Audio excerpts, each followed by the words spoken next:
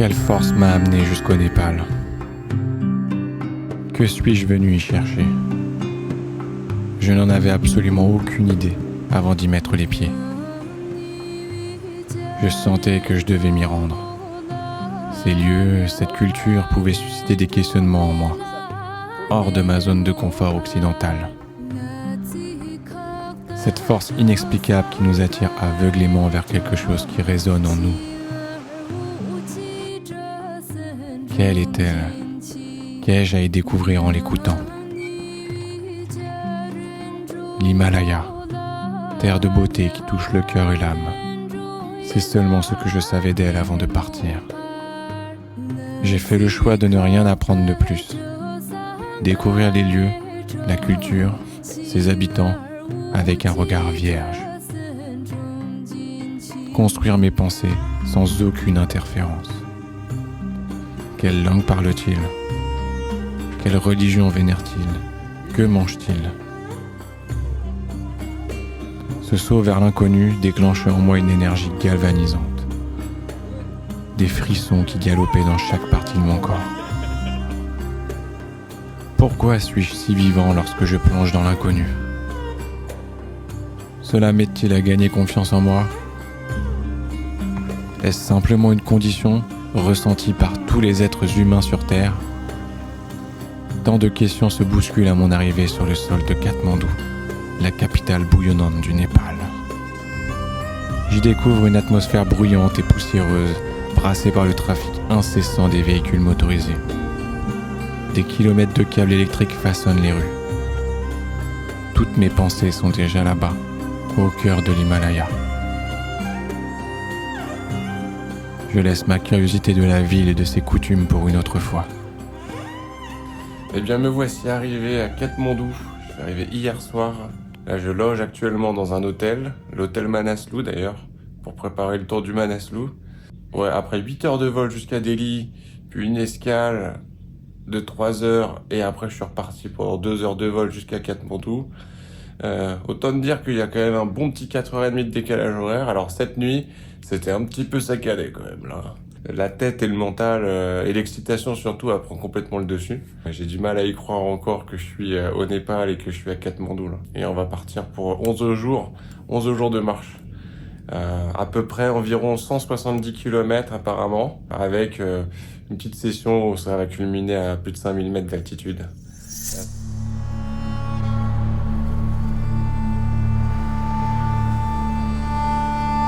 Là, ce matin, ça va être petit-déj. Aujourd'hui, on a une journée de 8 à 9 heures de route en voiture pour aller atteindre le Barpak, premier village, à 2000 mètres d'altitude. Et on va démarrer la marche demain.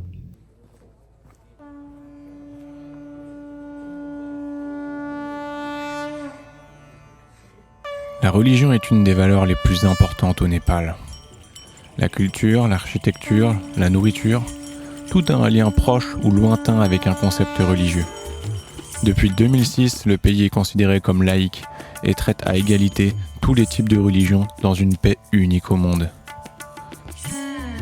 Les Népalais sont majoritairement hindous, comptant près de 80% de la population. ce qui explique les vaches que vous verrez souvent déambuler au milieu des routes. C'est un animal sacré. L'autre religion du Népal est le bouddhisme, représentant environ 10% de la population. Les villages bouddhistes sont très présents en haute montagne et c'est exactement là que je me rends. Mon chemin sillonne une contrée sauvage et peu fréquentée, des paysages himalayens spectaculaires et une culture tibétaine intacte. Le tout dominé par la silhouette imposante du 8e sommet de la planète, le Manaslu. Je débuterai ce trek dans l'ambiance tropicale de la campagne népalaise, entourée de rizières et de forêts.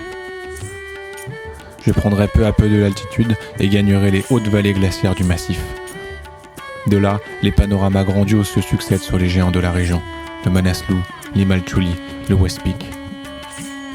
Passé le village de Sama, nous pénétrons dans un monde différent aux influences bouddhistes omniprésentes, à 2 pas du Tibet. Les marches d'acclimatation au monastère de Phongyen et au camp de base de Dharmasala m'offriront une préparation idéale pour la suite, le passage du col de l'Arkia, à plus de 5000 mètres d'altitude. Cette fois, je partagerai ce trek avec 4 personnes que je ne connaissais pas avant de partir, et qui sont devenues incontestablement 4 amis. Ok, je vous présente Ramesh, juste là. C'est notre guide. Namasté, Namasté. je m'appelle Ramesh Gurung. On est monté du Barpak jusqu'à, il s'appelle le col de Mamje. C'est 2850 mètres. Bientôt, on arrive le nouveau village de Laprak et on va prendre le déjeuner à nouveau village. Merci. Moi, c'est Adrien Bigourou. Voilà, je viens de l'Auvergne, en plein cœur de la France, la Haute-Loire. Et en ce moment, j'ai du temps libre. Je reprends les études au mois de septembre. J'ai choisi le Népal parce que j'ai toujours voulu voir l'Himalaya, ces belles montagnes qui touchent pratiquement le ciel avec cette culture népalaise, cette population. Je suis venu ici pour sortir de ma zone de confort un petit peu, pour voir de quoi je suis capable. Je pense à autre chose avec la marche. C'est assez intéressant parce que c'est notre perspective de voyage. On voit mieux la façon de vivre des gens. Et j'espère que ça restera, ouais. La simplicité, j'espère que je garderai tout ça, ouais. Durbu sera notre guide assistant. Il nous rejoindra au soir du 2e jour de marche. Sa joie de vivre et son enthousiasme ont été absolument agréables pour moi. Indra sera notre porteur, un homme d'une 40aine d'années qui porte plus de 30 kilos à la force de son cou et de son dos, avec une aisance et un relâchement dans sa technique de marche absolument impressionnante. J'aperçois dès mon arrivée dans le premier village de Barpak un édifice portant les mémoires du 25 avril 2015. Ce puissant séisme qui frappe le Népal en son cœur. La secousse, de magnitude 7,8 sur l'échelle de Richter, dévastait un pays non seulement parmi les plus pauvres du monde, mais aussi plongé dans une crise politique sans issue depuis maintenant presque 20 ans. J'ai rapidement constaté que je me trouvais dans une région où les machines à énergie fossile n'avaient pas remplacé la main de l'homme, ou du moins pas encore. La vaisselle séchait sur les toits, le textile était tissé à la main, les champs étaient entretenus par la main de nos semblables également. Le bois de construction était coupé avec un outil manuel, le repas chauffé au feu de bois, la roche servant à faire les routes était soigneusement broyée à la force des bras. Les enfants se divertissaient en extérieur avec tout ce qui pouvait faire marcher leur imagination. Perçu comme de la pauvreté dans nos cultures occidentales, je me demandais si ces personnes vivaient en parfaite harmonie avec leur choix. Sont-ils aussi attachés au confort matériel que nous, occidentaux ? Le pouvoir de la nature sur les êtres vaut-il mieux que le confort urbain ? Tant de questions si complexes que j'épargnais de poser aux habitants de ces villages de haute montagne. Je me suis contenté de simplement ressentir ce que ces personnes transmettent, c'est-à-dire vivre en harmonie, au plus proche de la nature, malgré la pénibilité. Cela peut apporter chez certaines personnes un bien-être intérieur plus intense que celui du confort matériel de la ville.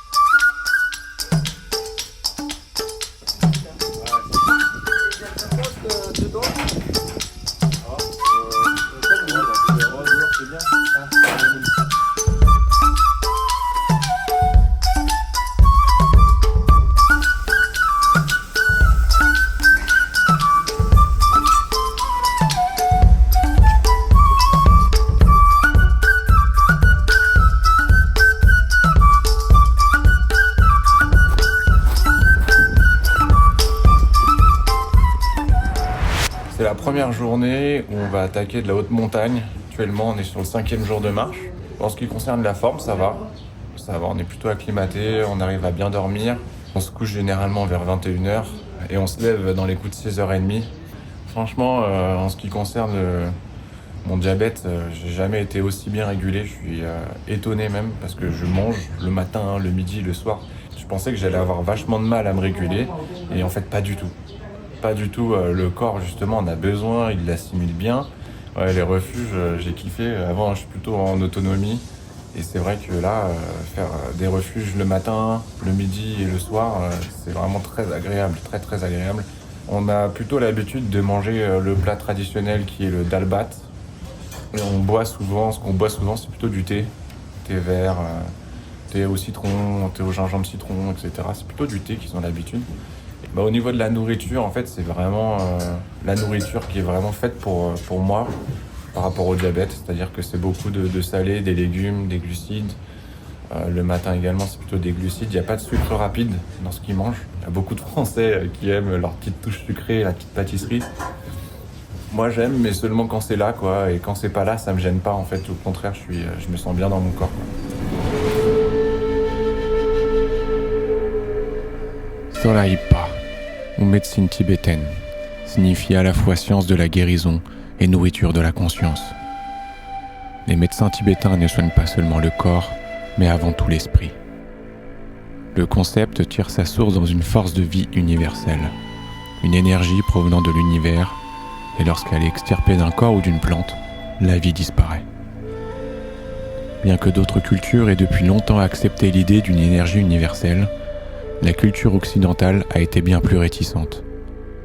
La croyance occidentale a été influencée par une religion où les hommes sont supérieurs au reste de la création et où un Dieu avait créé le monde et vivait à l'extérieur de ce monde. Ensuite, à mesure du développement de la science, l'idée de Dieu étant devenue plus discutable dans bon nombre d'esprits, les gens ont demandé des preuves avant d'accepter une idée quelconque. Au fil des 500 dernières années, les physiciens ont étudié la matière et sont arrivés à la conclusion que l'énergie est présente dans toute matière. Alors, toutes les choses animées et inanimées sont connectées à cette énergie. Pendant que la science prouve tout récemment l'existence de l'énergie universelle, d'autres la pratiquent depuis plus de 2000 ans. Le bouddhisme, le shintoïsme, l'hindouisme et d'autres. La médecine tibétaine est souvent désignée comme une médecine de l'esprit, et nos états émotifs seraient les causes des maladies. Pour que l'on soit en pleine santé, nos humeurs doivent cohabiter harmonieusement. Selon la médecine tibétaine, les autres causes d'apparition des problèmes de santé sont la répétition de mauvaises habitudes, ou encore une relation non harmonieuse avec la nature et les esprits qui l'habitent. J'ai eu la sensation que mes humeurs cohabitaient dans un parfait équilibre au cœur des montagnes himalayennes. Cela avait une puissante répercussion sur le bon équilibre de mon diabète. La médecine occidentale reste absolument incroyable et la médecine orientale apporte sa complémentarité.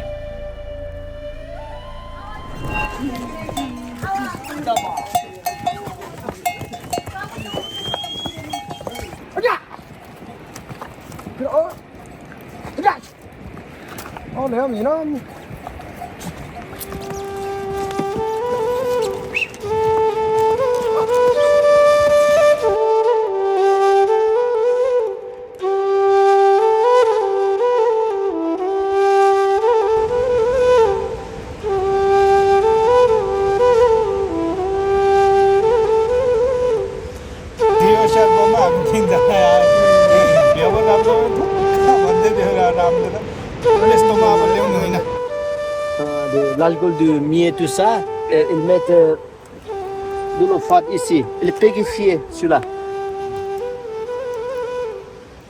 C'est très bon. Il a ce droit, c'est obligé d'en voir. Ah, tu dis non. L'alcool de miel et sagaza mélange. Comme les comédies. Saké.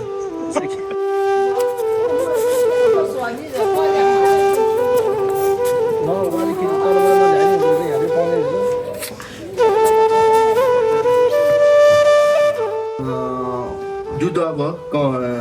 elle était petite, on dit Bouddha. Siddhartha Gautama. Ouais. Donc, Siddhartha Gautama, il est né l'est de Népal. Il s'appelle Lumbini, Kapilvastu. Nous ne parlions pas la même langue. En revanche, nous nous comprenions par le regard. Le regard, lui, ne triche pas. Il exprime inconsciemment ce qu'il y a en profondeur de nous, à condition que l'on soit sensible à sa lecture. Je me suis attaché très vite à ces personnes. C'est exactement ce qui me fait du bien dans mes voyages, cette pureté dans les rapports humains. En Occident, nous communiquons intégralement et uniquement par des regards, des gestes, des intonations de voix auprès de nos animaux de compagnie. C'est vrai que nous ne trichons pas avec eux, et c'est peut-être pour cela qu'ils occupent une place importante dans nos vies. C'était étonnant de voir proche des sentiers des feux de brousse. Les agriculteurs népalais considèrent le brûlage agricole comme le moyen de fertiliser le sol et de le préparer pour de nouvelles plantations. En revanche, le risque est de perdre le contrôle. Nous sommes passés par de nombreux checkpoints de la police. En effet, la loi népalaise du 1er avril 2023 oblige tout randonneur d'être accompagné d'un guide népalais agréé. L'objectif, assurer la sécurité des marcheurs, mais aussi créer des emplois.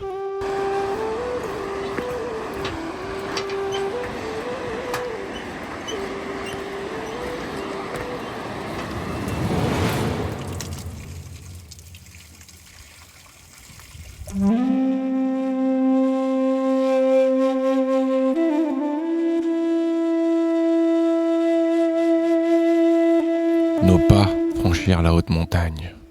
Nous plongions dans le territoire bouddhiste.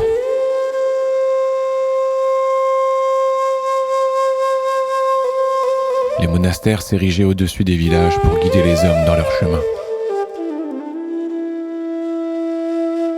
Le bouddhisme est une religion apparue dans le nord du sous-continent indien il y a environ 25 siècles. Son nom renvoie à la figure du Bouddha.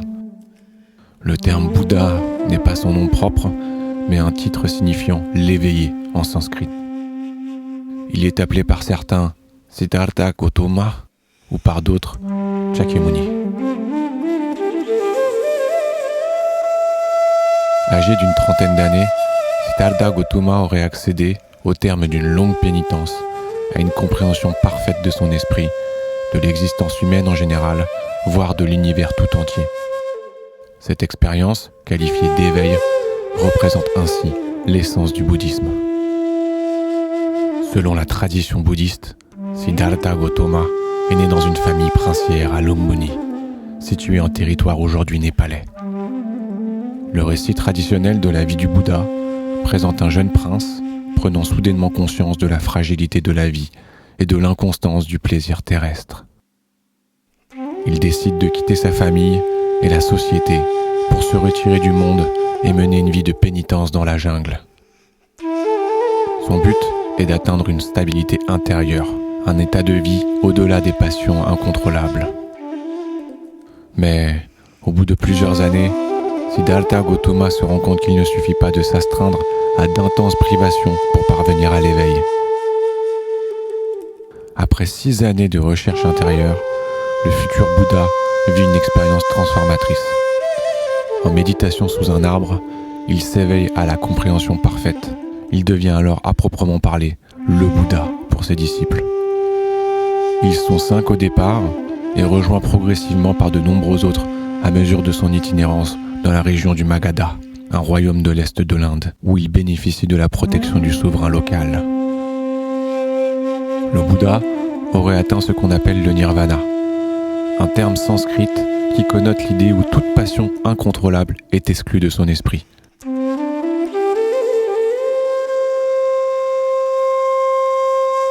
Par opposition au monde dans lequel nous vivons, appelé le samsara, le monde changeant, caractérisé par le mouvement sans fin des passions incontrôlables. Le cœur de l'enseignement du Bouddha est l'idée que le désir cause l'insatisfaction existentielle et qu'il existe une méthode de discipline de soi qui permet de dominer les passions en cheminant vers l'éveil et d'atteindre cet horizon ultime qu'est le nirvana.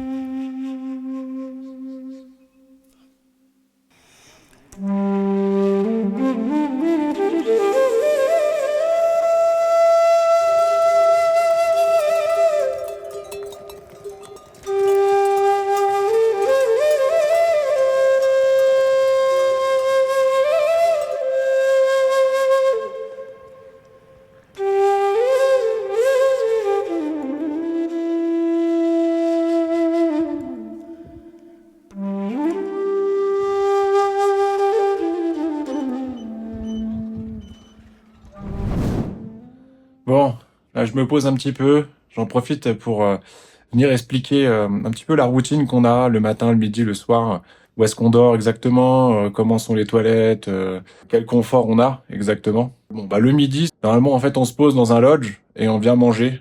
Généralement nous on mange le dalbat. Bien évidemment quand il y a beaucoup de vent, c'est important de changer ses vêtements. Donc toujours avoir un petit t-shirt sec. On prenait le thé, on se reposait 10-15 minutes et après on repartait. Ensuite, vient d'arriver le soir. Généralement, on arrivait entre 16h et 17h dans le lodge. Ce qu'on avait tendance à faire, c'est que moi, un jour sur deux, je prenais une douche. Il y a différents types de douches. Il y a des douches super bien au gaz, super chaudes, ou ça peut être tout simplement quelqu'un qui vient chauffer au feu de bois un seau d'eau énorme, puis vous vous lavez au seau d'eau. Ça peut être ça aussi. Il faut se préparer un petit peu à tout. Les douches, c'est vachement rudimentaire également, hein. Il n'y a pas de porte-serviette, il n'y a pas tout ça. Voilà, donc c'était soit douche, soit tranquillement on allait se reposer une petite demi-heure dans la chambre, histoire de déballer les affaires. Généralement, on avait un petit goûter à 17h. On prenait le thé tranquillement. Et ensuite, on allait manger à 18h30. Quand on commence à prendre de la hauteur, dans les 3500 mètres d'altitude, c'était des salles à manger partagées avec les autres groupes. Il y avait généralement un beau poêle à bois, donc on pouvait se réchauffer les pieds, faire sécher les chaussures, les serviettes, donc c'était vachement pratique. Et vers 19h30, on avait chaque soir un topo avec notre guide. C'était un topo sur la journée d'après, ce qui nous attendait, ce qu'on devait préparer dans notre sac. Et on avait également le droit à avoir une petite histoire, notre guide. Donc ça, c'était la petite chose en plus. Il nous racontait des histoires. On posait pas mal de questions sur leur manière de vivre au Népal, quelles sont leurs traditions, comment ils vivent le quotidien, à quel âge on va à l'école, etc. De tous les lodges que j'ai pu faire, il y en a aucun où j'ai pas pu charger mes appareils. Donc ça, c'est plutôt sympa. Il est possible que j'utilise mes batteries au dernier jour au camp de base à 4300, je crois, ou 4500 mètres d'altitude, je sais plus. En général, j'ai pas eu froid. On vous livre des coussins, des couvertures assez chaudes. Moi, ça m'a suffi. Juste la couverture, je dormais plutôt bien. Pourtant, c'était des nuits à... Ça pouvait osciller. Quand on commence à monter en altitude, on avait des nuits à 1-2 degrés. Et par contre, tout en bas, enfin dans les 2000 mètres, vous êtes tranquille, vous êtes autour de...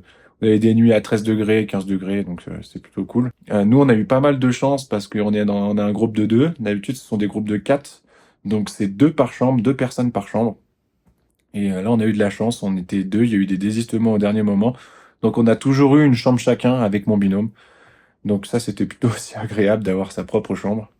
En ce qui concerne Internet, moi j'ai fait le parti pris de pas prendre de carte SIM. J'ai voulu me couper aussi un petit peu des réseaux. Allez, je dirais dans 3 quarts des lodges, il y avait une connexion Wi-Fi. En revanche, c'est vraiment une connexion rudimentaire. Vous avez juste de quoi envoyer des WhatsApp. Donc il faut s'attendre aussi à ça, à être un petit peu déconnecté. Alors le matin, c'était lever 7h et petit-déj à 7h30. C'est-à-dire qu'à 7h, on avait un petit rituel, c'était de préparer le sac pour la journée, donc notre sac à dos qu'on allait porter, et également mettre les affaires qu'on n'allait pas porter dans un sac spécial qui nous a été livré par l'agence, et c'est un sac qui est transporté par notre porteur. Faut bien faire cette gymnastique tous les matins, de se dire bon bah si aujourd'hui il pleut, bon bah je vais plutôt prendre ce matériel de pluie là et puis je vais laisser tout le matériel d'été. Si il fait plutôt froid, on arrive, il commence à y avoir de la neige, bon bah commencer à prendre tout le matériel de neige. Pour l'eau, c'était assez facile parce que nous on avait des gourdes filtrantes et puis il y a des robinets partout. Et puis le matin, une fois qu'on a fini les sacs, on sort le sac devant la chambre pour que le porteur puisse le récupérer. On prend le petit déj. On a l'habitude de partir dans les 8h du matin, voilà. Et il y a une seule journée quand on fait le col de l'Arkia qui est à plus de 5200 ou 5300 mètres d'altitude. Là, c'est un lever à 3 heures du matin et un départ à 4 heures dans la nuit à la frontale. Ah oui, j'allais oublier aussi les toilettes. Généralement, c'est des toilettes népalaises, donc c'est des toilettes sans cuvette, sans rien. À côté, il y a un grand seau d'eau et puis on vient y mettre de l'eau une fois qu'on a terminé notre affaire. Donc il y a aussi ça à se préparer. De temps en temps, dans certains lodges, il y a des toilettes occidentaux, mais bon, on s'y habitue, quoi. Donc pour ça, c'était pas non plus un problème. Faut être prêt, quoi.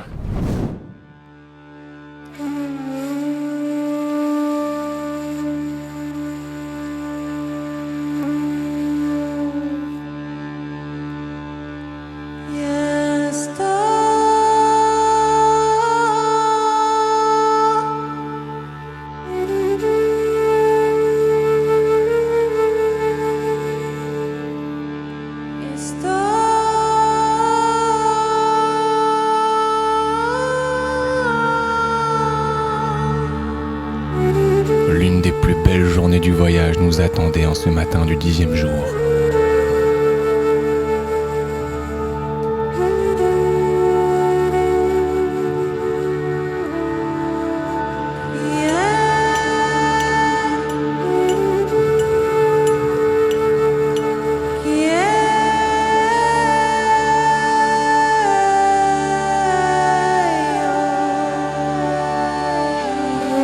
Avant de poursuivre notre chemin vers les hauteurs, nous faisons cette randonnée d'acclimatation vers le monastère de Phongyen, du haut de ses 3870 mètres.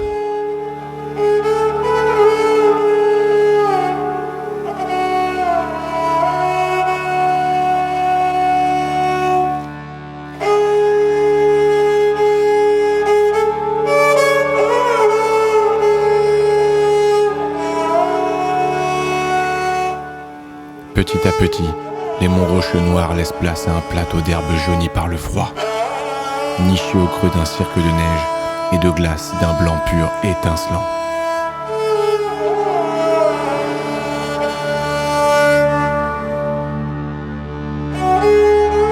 Le monastère tibétain abandonné affronte le géant Manaslu. Me voici, marchant face au 8e plus grand sommet de la planète. 8163 mètres. Un colosse.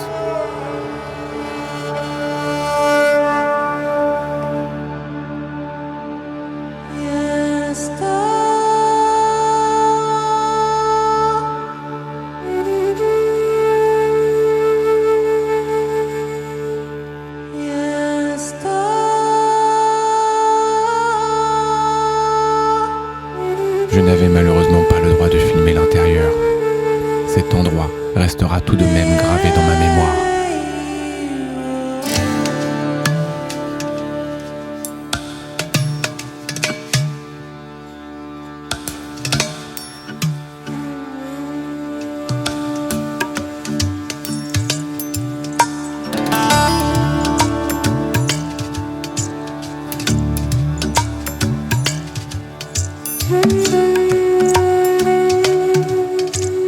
Nous y déjeunons au son de la glace qui craque et des avalanches, tout en nous rassasiant de cette vue.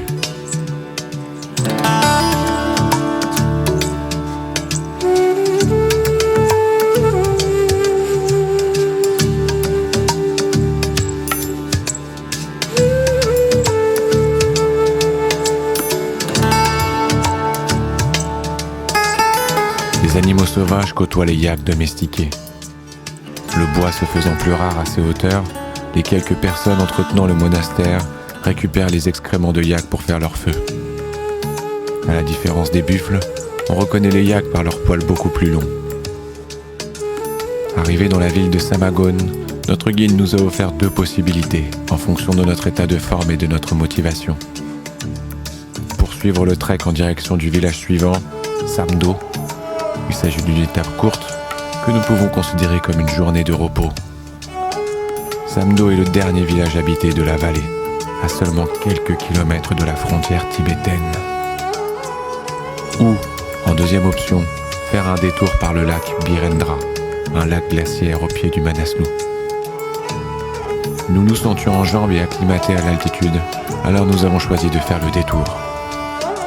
nous arrivons rapidement sur les rives du Birendratal et faisons une pause bienvenue pour apprécier le cadre enchanteur des lieux.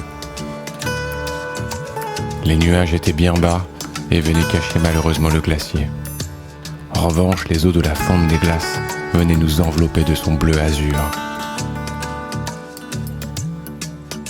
Les nombreux cairns en bord de lac apportaient du cachet au lieu. Bien que ces empilements de pierres servent à baliser les sentiers dans notre culture occidentale, au Népal, ils marquent également le moment d'exprimer de bonnes intentions aux personnes que l'on aime. Notre guide nous disait qu'il y avait 4 points importants à respecter pour éviter le mal des montagnes. Prendre le temps de s'acclimater tous les 500 mètres, bien manger, bien dormir et marcher au rythme des battements du cœur. J'ai mis en place ces conseils et je remercie le corps également, car je n'ai ressenti aucun symptôme lié à l'altitude.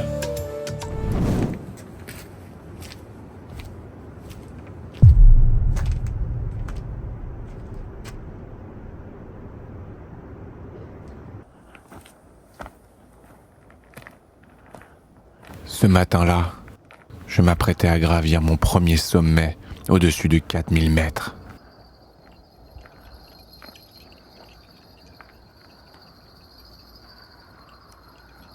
Le camp de base de Dharmasala, à 4460 mètres.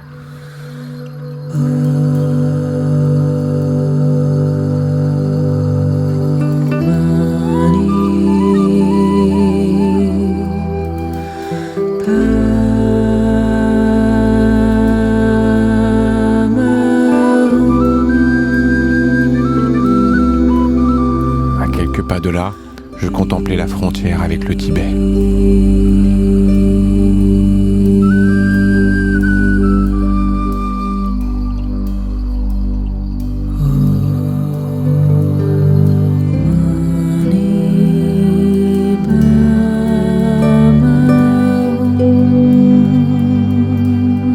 Nous passons par une intersection où les Tibétains viennent troquer leur sel en échange de riz et autres denrées.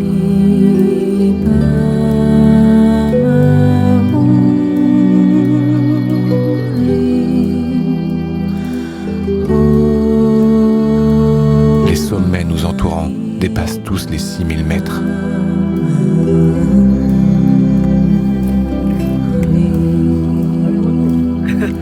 Moi aussi.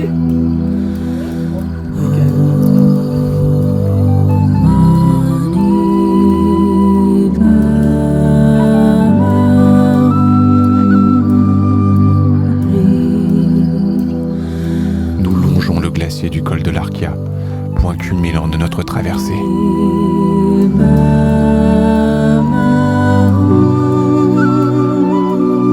Les larmes coulent discrètement derrière mes lunettes de soleil.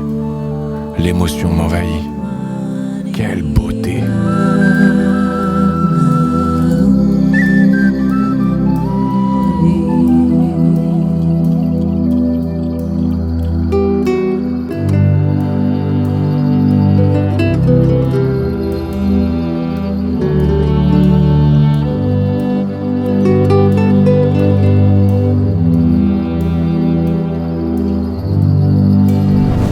Là, on monte au camp de base à 4500 mètres d'altitude. Et franchement, c'est vraiment magnifique, quoi.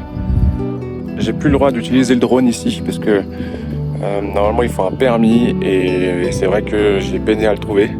En fait, je l'ai pas pris du tout. Donc, quand il y a beaucoup de monde comme ça, généralement, on évite les drones. Donc, je vais continuer à faire les images comme ça. Mais c'est déjà vachement magnifique, honnêtement. C'est déjà quelque chose.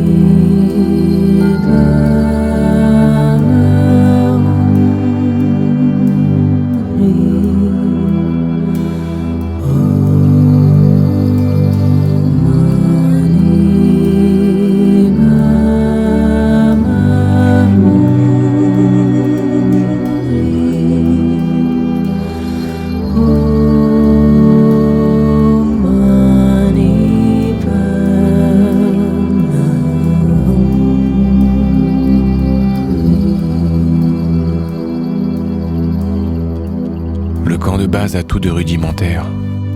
Les guides dorment dans des tentes lorsque la place dans les cabanons manque.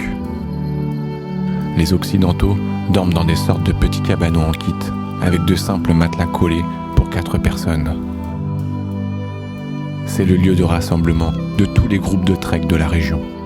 Le but de cette journée est de prendre le temps de s'acclimater à l'altitude et laisser le corps s'habituer à la raréfaction de l'oxygène. On s'est dit, il nous reste l'après-midi, donc on s'est dit, vas-y, on va monter, on continue de monter. Et là, on est à 4700 mètres, comme ça, juste pour le plaisir, parce que la santé, ça va. Là, les jambes, ça va, le diabète, ça va, donc là, c'est comme si que j'étais pas loin de me faire un petit Mont Blanc, là, comme ça, normal.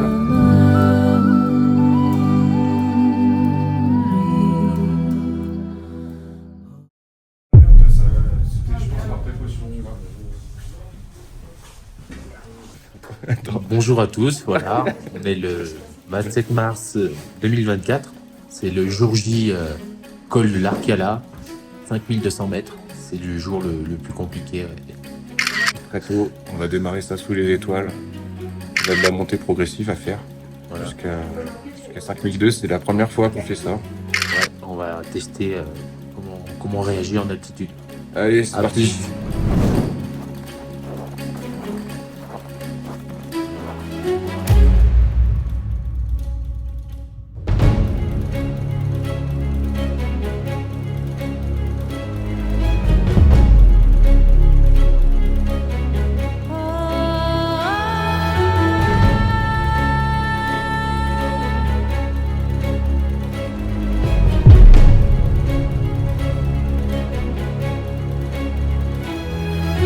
La montée est longue, mais très progressive. Nous prenons notre temps avec des pauses plus nombreuses. Une longue journée de 10 à 11 heures de marche nous attend. Notre objectif est d'atteindre le col et redescendre quelques heures rejoindre un refuge pour déjeuner. Je ressens la raréfaction de l'air et je ralentis naturellement la cadence. Et après 6 heures d'ascension, la consécration est à son comble.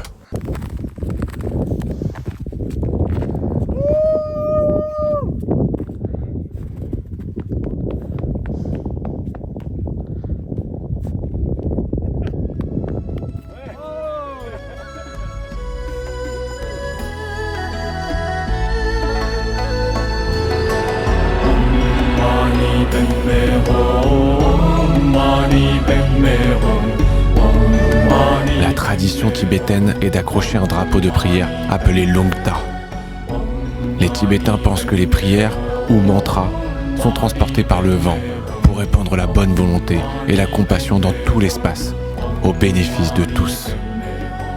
Ils sont également utilisés pour promouvoir la paix, la compassion, la force et la sagesse. Chaque drapeau symbolise un élément et possède une signification profonde. Notre guide assistant, Dorbo, sensible aux pratiques bouddhistes, nous a joué sur son smartphone la musique d'un mantra le plus respecté du bouddhisme tibétain, le Om Mani Padme Hum. Le Om énonce le triptyque du corps, de la parole et de l'esprit. Le Mani signifie joyau, c'est la compassion et l'amour de soi. Le Padmé est le lotus sacré.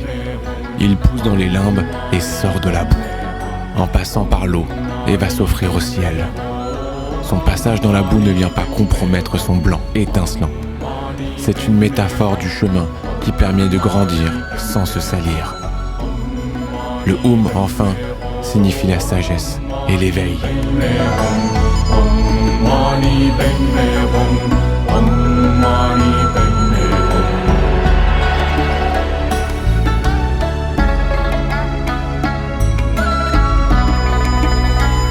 En passant de l'autre côté du col de l'Arkia, nous faisons face à la tant convoitée chaîne des Annapurna.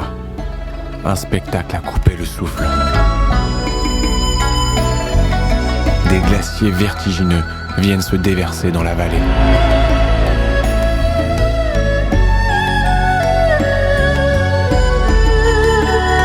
Pour la descente, nous enfilons nos crampons. Cet équipement est obligatoire et je dois avouer qu'il m'a été d'un grand confort.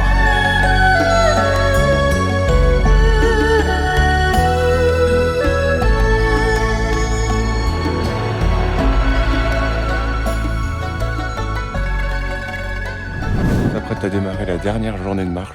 Ça va être que de la descente, à peu près 1800 mètres de dénivelé négatif. On a un peu de tristesse parce que ça va être presque, on va se dire, la dernière fois qu'on va voir ces hautes montagnes qui sont juste derrière moi là. Ouais, ce sont des montagnes qui culminent tous à plus de 6000 mètres, certaines 7000. Et c'est vraiment un panorama absolument unique, quoi. On est sur quelque chose d'unique. Donc petit pincement au cœur tout de même de savoir que ça va être le dernier jour. En ce qui me concerne, petite douleur au genou droit. On a une longue journée de descente. Moi, c'est souvent ça. La descente, ça me détruit le genou généralement. Mais bon, là, je vais prendre les bâtons aujourd'hui et puis je vais essayer d'y aller doucement. Voilà, allez, c'est parti.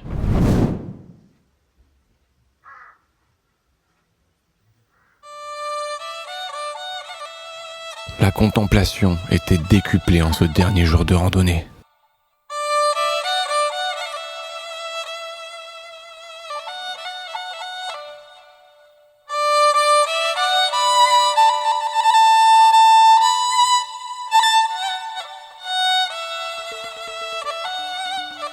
Le Manaslu nous illuminait de son blanc étincelant.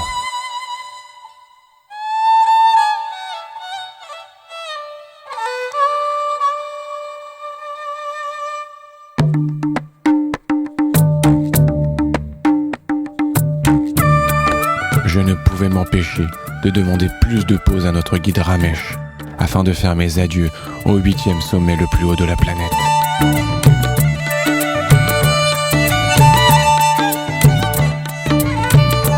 Les émotions s'entremêlaient entre tristesse, nostalgie de la haute montagne et la joie de retrouver des arbres et des températures plus chaudes.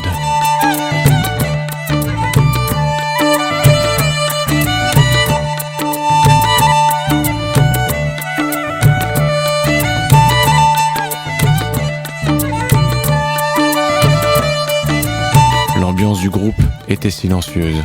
Je laissais respectueusement Adrien faire ses adieux également.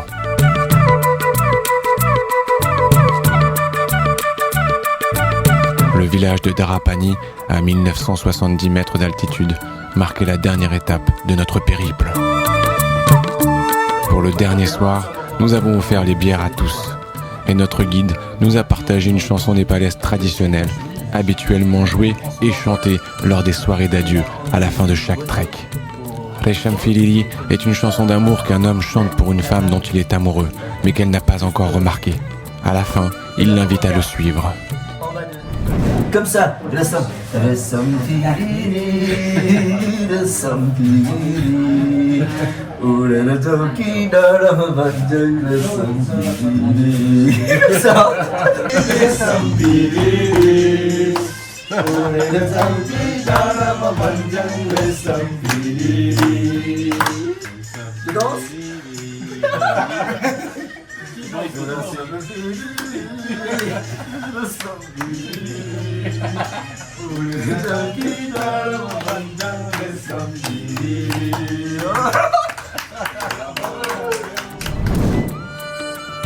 13 heures de trajet routier nous séparaient de Katmandou.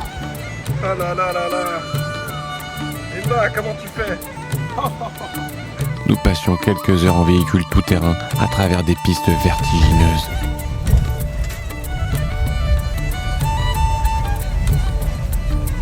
C'est dans la vallée de la Marsiang-Dikola que démarrent les mythiques treks du Tour des Annapurna. Je découvrais encore des décors somptueux de manière inattendue. À mi-chemin, il était temps de faire nos adieux à Indra et Dulbu.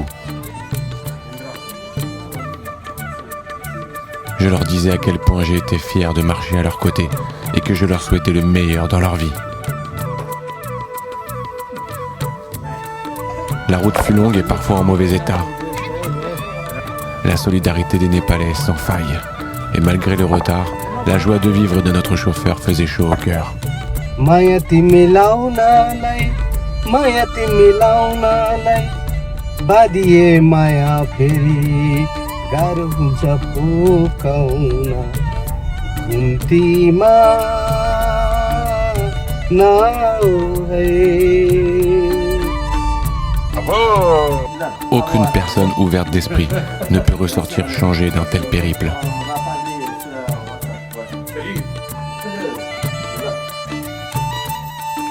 L'hospitalité des Népalais, leur culture, Leur amour pour la nature et leurs montagnes, leur sagesse resteront à jamais dans mon cœur. Adrien, Ramesh, Indra, Durbu. Bonne route les amis. Et à bientôt.